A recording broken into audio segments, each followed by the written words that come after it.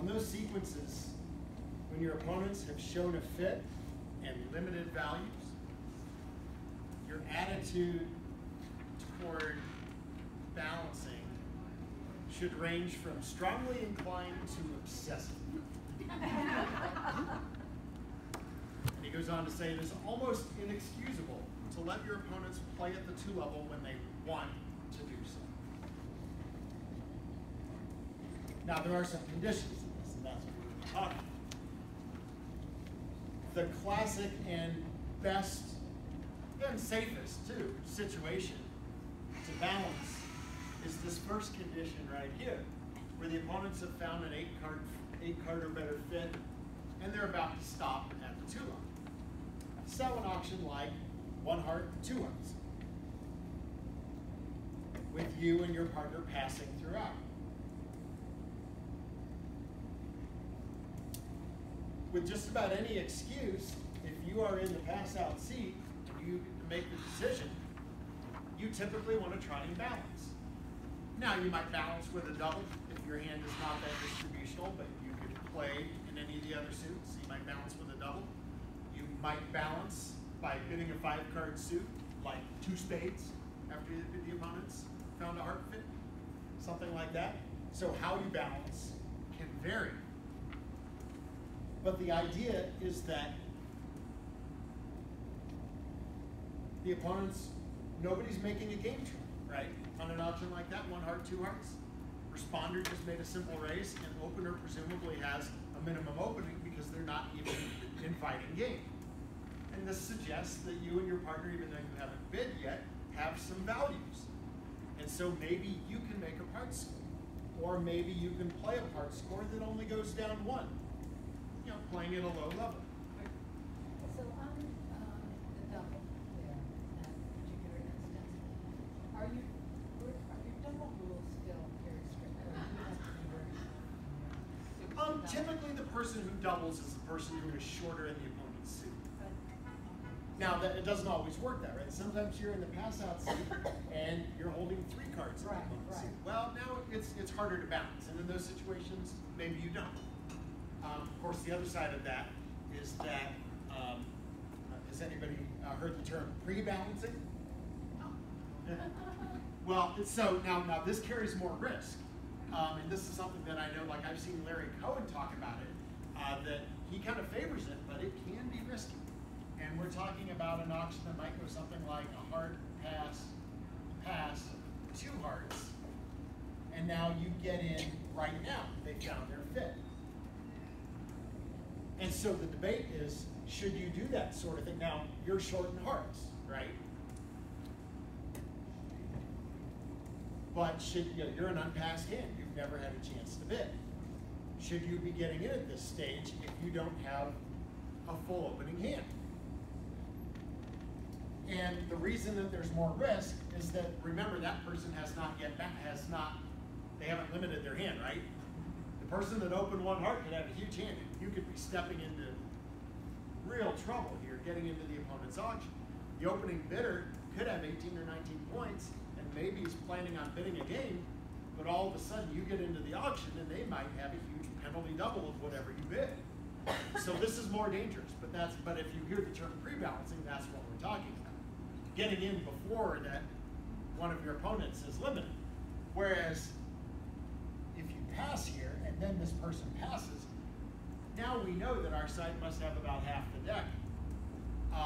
And so now that leaves your partner in the seat to make the decision, but then the concern there becomes, well, does your partner have the right shape to be the one to balance? Because especially if your partner has 3 or even 4 cards in their heart suit, now they are usually stuck with pass. So, there are some hands where maybe you would like to balance where you don't get to because of that. But yeah, usually we see it, the burden is typically on the person who is short in their suit to do the balancing. Years ago, Mike Lawrence was doing a lecture at the tournament in Omaha, and I was sitting in on, and he talked about this situation, this is point number 1. And he gave, in his example, he used Bob Hammond, who was the #1 ranked player player in the world for 25, 30 years, and was, I think, still number one at the time. So he painted this picture where he said, okay, you're playing against Bob Hammond. And Bob opens a heart, and his partner raises into two, and it passes around to you, and you have this hand. Are you going to do anything? And he deliberately presented it this way because he wanted to give this feeling of, would you step into Bob Hammond's auction? This is the best player in the world. And of course, people were reluctant to bid. They just wanted to sell out. And so then Lawrence phrased it this way. He said, let me put it this way. Bob Hammond wants to play two hearts. He's not interested in playing a game. He is in the contract he wants to be in, and he's one of the best declarers in the universe. Are you going to get very many match points, sitting in your seat trying to defend, watching a fantastic declarer play in a contract he wants to be in? No. No, you are not winning any match points. Sitting there in your seat, not competing, letting a great player play a comfortable contract. I had the exact same situation come up. First Nationals I ever played in Philadelphia years ago. I was playing, I used to write for the Bulletin, but it's been years ago. Do any of you know Zeke Jabor? Or know the name? Another very well-known, outstanding player, used to write a regular column for a Bulletin. I'd never met him. Found myself playing against him in a pairs game in Philadelphia. And he and his partner got to two hearts, and they were going to pass it out. So I balanced, or my partner balanced, one of us balanced with a double, bid two spades, seems pretty innocent, and we knew who we were playing against. And they did not bid on the three hearts, they doubled us. And we went for 800. I was very thrilled to look at the recap because I was still convinced we had done the right thing. I thought, well, if they play two hearts, he's going to play it better than everybody else in this section here. And they didn't have a game. So the limit of the hand was 9 tricks.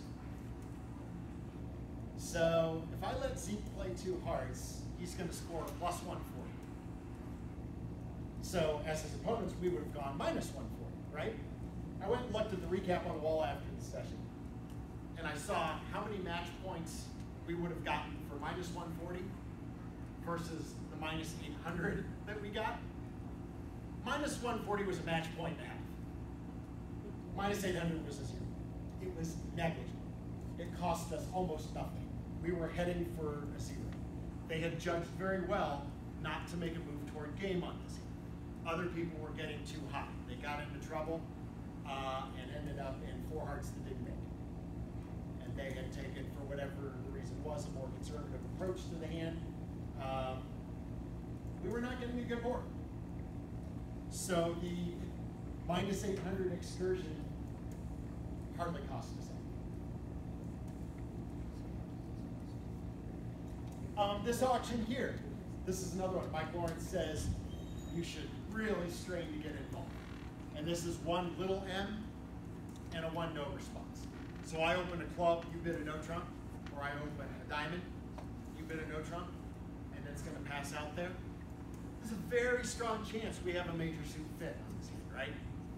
Because the opponents are not pursuing. Now, the person who opened 1 club or 1 diamond could have 1 or both 4-card features. That's possible. So there's no guarantee we have a fit. But this is one of those auctions where Mike Lawrence talks about you should really, really be inclined to get in to bidding with almost any excuse.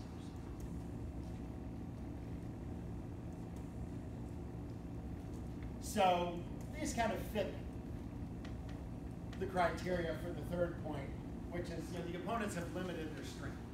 So anytime we have 2 opponents, someone has made what then turns out to be a minimum opening bid, and their partner gives a response like a single raise of a major or a 1 no trump. We know this to be 6 to 10, right?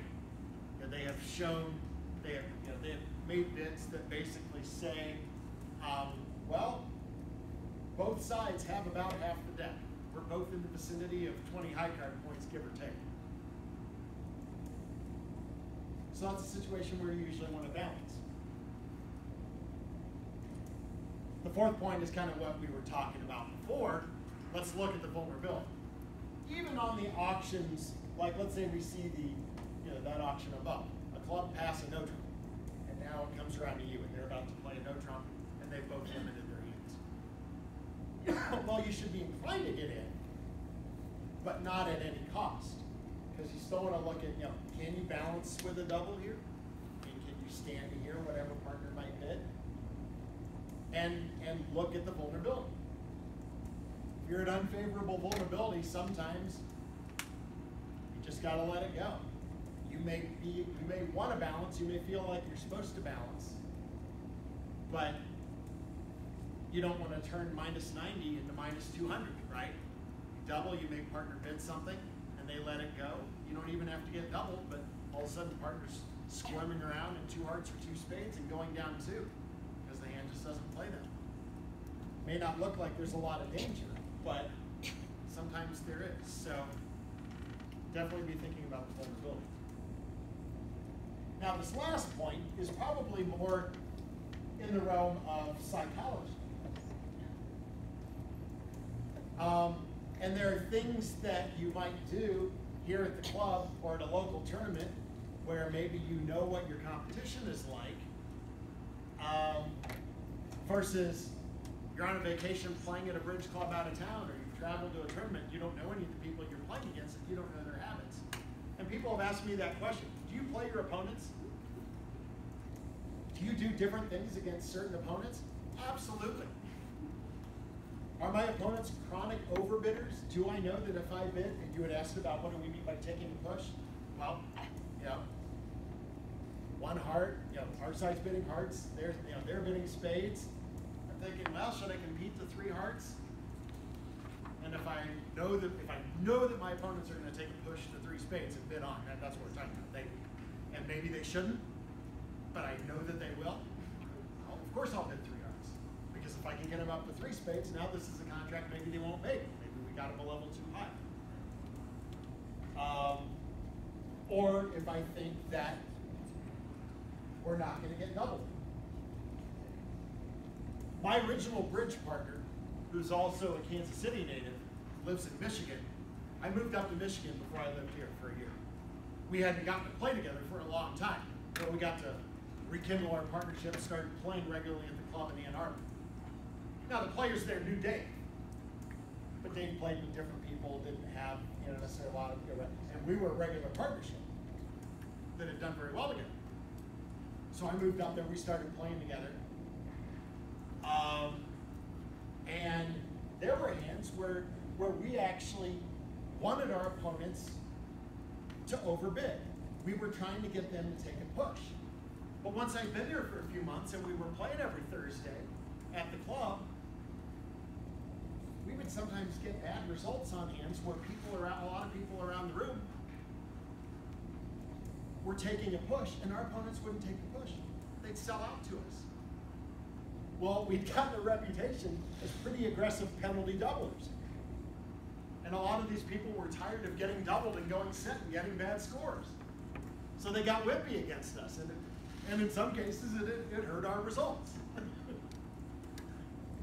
So, I suppose it could work against you as well. But so, what does it look like to give you a typical kind of hand where I think you definitely want to be balancing? Right. So let's have that same option, right? The opponents go 1 heart, 2 heart, and it's about to pass out. And this is your hand. So you have 9 high card points. It's nothing special. You couldn't get into the bidding earlier, but now the opponents are about to play 2 hearts. Well, you're relatively short. You've got a small doubleton. They have confirmed an 8-card fit. Your partner probably has 9 or 10 points, most likely.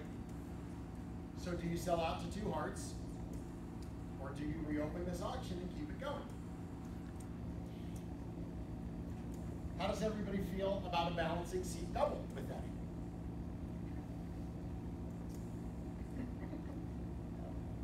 Yes, no, depends on the vulnerability. It's a little light, but remember that one of the things that you're doing here to some degree is bidding your partner's hand. Now your partner's going to choose the suit, but the fact that you can balance with a double, because, you know, I mean, unless the opponents, you know, missed an ace and a king in their hand, and bought, yeah, now, look, that's, I mean, sometimes things like that have happened, you know, where I had balanced and all of a sudden the opponents who were going to stop in 2 hearts suddenly bid on the game, and you're like, what's going on here? Neither one of you was interested in a game when we weren't bidding, but now we balance and you are, but that's, you know, that's pretty uncommon. That means somebody misbid. We're going to trust that our opponents bid their hands correctly and shouldn't be pursuing. So if it sounds like the opponents have about 20 high card points and they have an 8 card, at least an 8 card heart fit, we must have a fit somewhere. Now, we'd love it to be in spades so that we don't have to go to the 3 level. But if partner doesn't have 4 spades, but has longer clubs or diamonds, then, you know, maybe we play a 4-4 or 5-3 or fit at the 3 level, right? And so, you know, whether the double, whether partner responds 2 spades or 3 clubs or 3 diamonds, whatever the response is to the double, okay, maybe we play it there, maybe we don't make it. But if it's minus 50 or minus 100, that's better than minus 110 for letting them play 2 hearts. Or we have this other possibility, right? Maybe our 2 spades or 3 diamonds or 3 clubs or whatever it is causes the opponents to compete the 3 hearts, and then we're done. We don't bid again. So the balance should only happen once. Balance with a double and a partner bids 2 spades and the opponents bid 3 hearts. Don't then compete the 3 spades. Because you've already done enough damage. Yeah. If you flip this backwards and this is being done to you, what determines whether you go on or what you do? So if my side, when do I decide whether I take the push to 3 hearts? So, you know, I mean, there are different factors. I am also looking at the vulnerability. I'm looking at, in particular for responder, like if the auction started off this way, most of the time we like responder to decide whether to compete because, you know, is responder, you know, was that 2 heart raise, was that a crummy 6 count? Or was it a decent 9 count? Were you at the top of your bid? Do you have a little more? I think maybe more importantly, and this is where law of total tricks I think is very useful, does this person actually have a 4th heart rather than just 3 card support? Because the 9 card fit would suggest that maybe you bid on. You know, do you have, what do you have in the opponent's suit? When the opponent's trying to balance and they pick the suit, do you have cards in that suit? Do you have an honor or 2 in that suit? Because if you do, that's defense, right? If it looks like I have defense against their suit, maybe I want to sell out because maybe they're not making this. And I'd hate to compete the 3 hearts and go down 1 if we were beating their 2 spades or their 3 clubs or whatever it is. So, you know, a lot of little things coming into it. And of course, vulnerability. If we're vulnerable and they're not, again, I don't want to turn this into minus 200. So a lot of factors in those competitive options. I would say law of total tricks, if either one of us, if either responder has 4 card heart support or opener has a 6th heart, even if it's a minimum hand, usually a good idea in that situation to compete because we like the chances to take 9 trips and make them. And as the balancing side, like I said, if all you do is get them pushed up 1 more level, even if they make the contract, did it hurt to try? Probably not, right? You probably didn't get into trouble. And then if they do decide to bid on, you say, okay, look, if they were in 2 hearts making 3 or 3 hearts making 3, it's the same 140, right? They gain no benefit by being at the 3 level because we're still not gaining, right? So it's fairly simple.